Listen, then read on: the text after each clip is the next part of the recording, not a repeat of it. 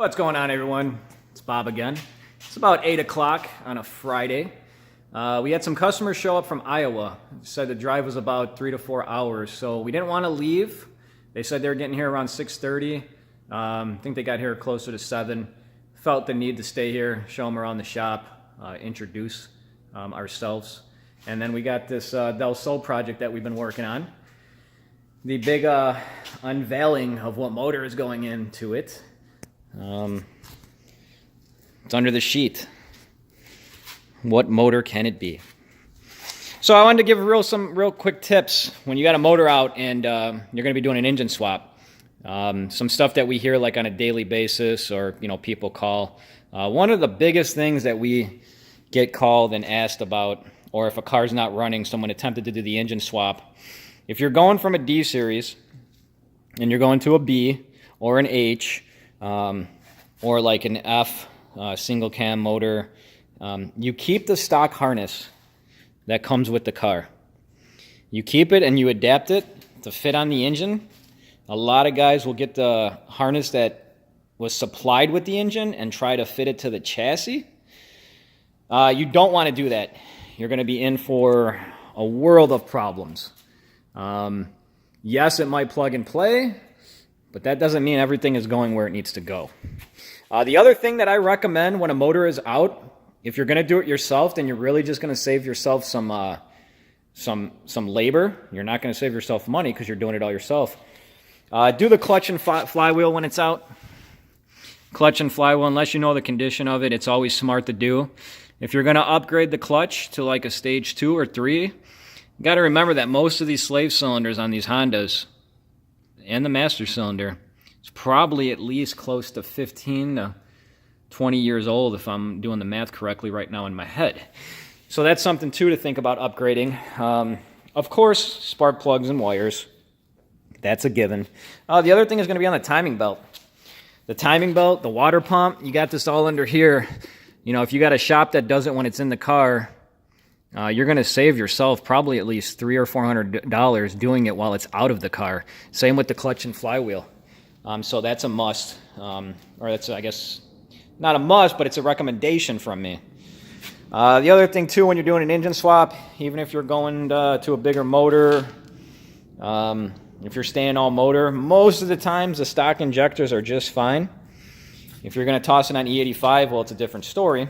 But a lot of people think that you make power with bigger injectors and a different fuel rail, or even an aftermarket fuel pressure regulator, and you don't. You don't make power. That stuff does not make you any power. It allows you to make more power. So that's a big misconception that we hear too.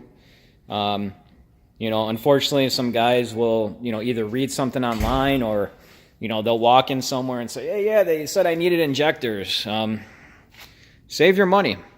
If you don't need it, or if you're, in between, give us a call. We'll tell you if you don't need it. We're not looking just to sell you parts. We're going to give you the honest truth.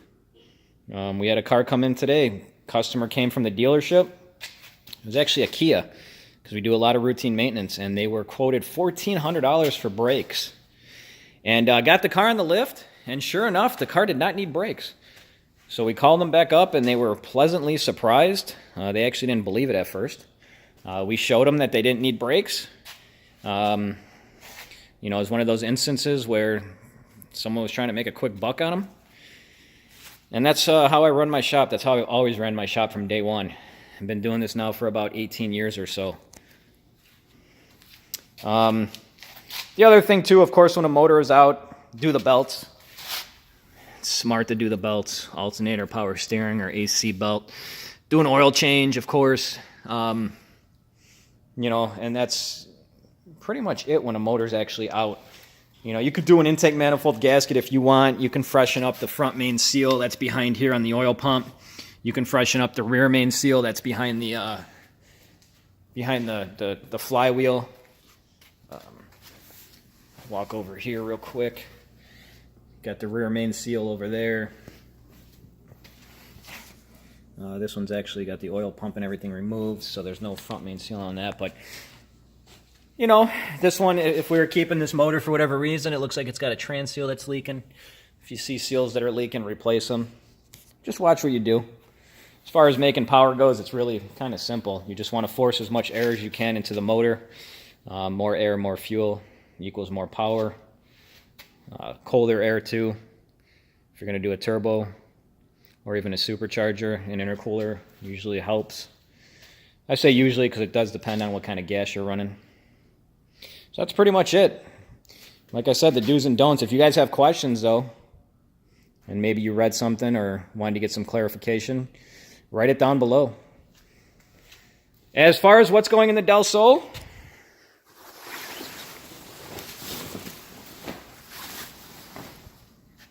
there she is. A beautiful K20. This one's going to be getting some upgrades as well, which we'll be featuring and covering here too.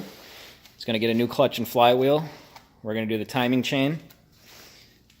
Freshen it all up while it's out. And we'll see if the customer wants to do an intake. Either an intake manifold or an intake arm. Exhaust, a new header. And we'll see. So time will tell. So stay tuned. We'll do episode 3 coming up. If anybody guessed K-Series, well, you won. We weren't giving away anything this time. But please like, subscribe, share it up if you're on Facebook, Instagram, so I can keep bringing more videos to you.